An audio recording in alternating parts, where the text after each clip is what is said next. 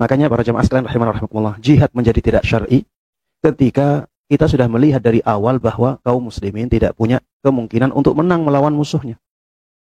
Seperti yang terjadi di Palestina saat ini, ya. Siapa yang bisa melihat bahwa kaum muslimin di Palestina bisa mengalahkan Israel?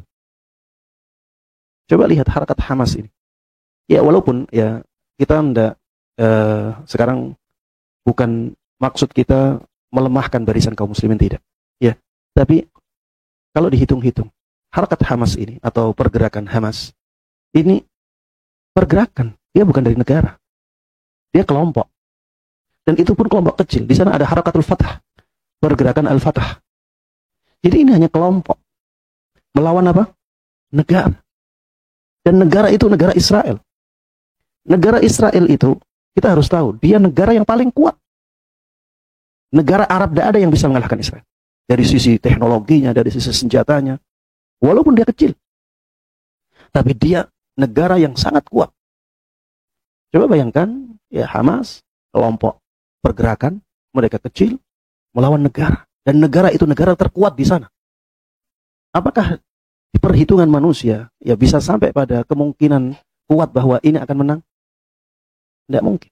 Secara perhitungan manusia nggak mungkin. Jangankan Israel, kalau Hamas ini misalnya nyerang Saudi, kalau Hamas ini nyerang pemerintah Palestina sendiri, ini akan kalah dia. Dia hanya pergerakan melawan negara. Makanya ini bukan jihad yang syar'i seperti itu, ya. Apalagi yang kita tahu, ya Hamas itu nyerang duluan. Apa maslahatnya coba? Secara perhitungan nggak ada maslahat sama sekali. Maka jelas ya, tindakan yang pertama itu tindakan yang salah. Adapun sekarang kita mendoakan kaum muslimin di sana dengan doa-doa kebaikan, maka itu menjadi kewajiban kita. Karena mereka saudara-saudara kita. Dan banyak dari mereka yang sebenarnya tidak berdosa sama sekali. Yang nyerang siapa, yang diserang siapa. Baik. Ya, ini intinya di sini, ya anak ingin membawa kaidah ini kepada kenyataan yang ada di lapangan saat ini. Bahwa jihad syar'i itu harus ada perhitungan. Jadi sebagaimana Allah memerintahkan kita berjihad, Allah juga memerintahkan kita untuk mempersiapkan kekuatan. Jadi bukan hanya jihad-jihad saja tanpa perhitungan. Kita harus menyiapkan kekuatan. Wa a'iddu lahum mastata'tum min quwwah. Persiapkan untuk mereka kekuatan yang kalian bisai, yang kalian mampu.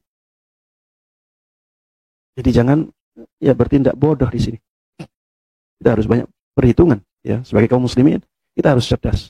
Rasulullah Shallallahu Alaihi Wasallam ketika di Makkah, beliau lemah.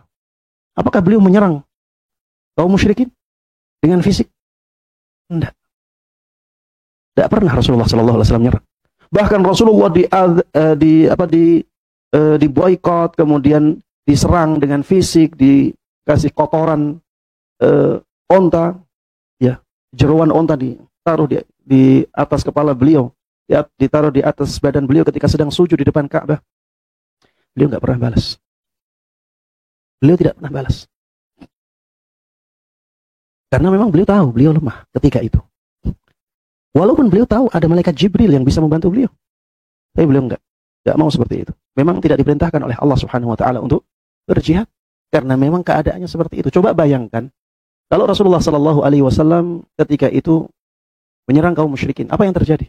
Habis. Para sahabatnya akan habis. Karena memang itu bukan hikmah. Belum ada kekuatan.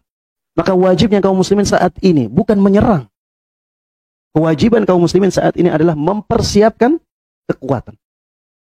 Jadi harusnya kita persiapkan kekuatan. Kekuatan mental kaum muslimin, kekuatan akidah mereka, begitu pula kekuatan senjata mereka. Harus kita persiapkan saat ini. Bukan menyerang. Menyerang saat ini adalah tindakan yang bodoh, ya. Tindakan yang tidak sesuai dengan perhitungan. Baik.